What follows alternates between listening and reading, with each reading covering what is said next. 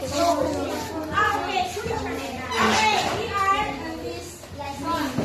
Favorite color of 24 rows. Now, 21. Okay, you listen first. Ano ba any question ha? Later ha? They don't have for that. How you see the word try is? Try is. So, 21, try is.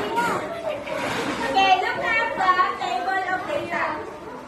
There is the favorite color of for Lily.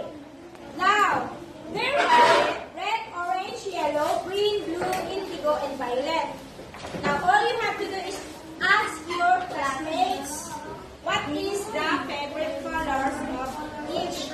And then, tally one for the red. If some boys like the red color, then you tally 1, 2, and then pag tally ninyo, like for example, 1, 2, 3, 4, stop there, and ang 5 yung slant. Dash, another, if there's some girls or boys for example, red. For this one, boys, and for this column, for girls. Now, if some girls like red color, so you tally 1. Okay, for orange, if some boys like orange, so you tally 1. Another boy, orange again, 1. Okay? For pag magkakabli siya ng 5, islan nyo na.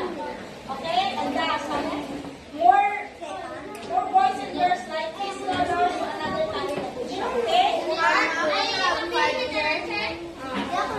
And for this one, you have to write it on your notebook. Write it on your notebook with the tally. After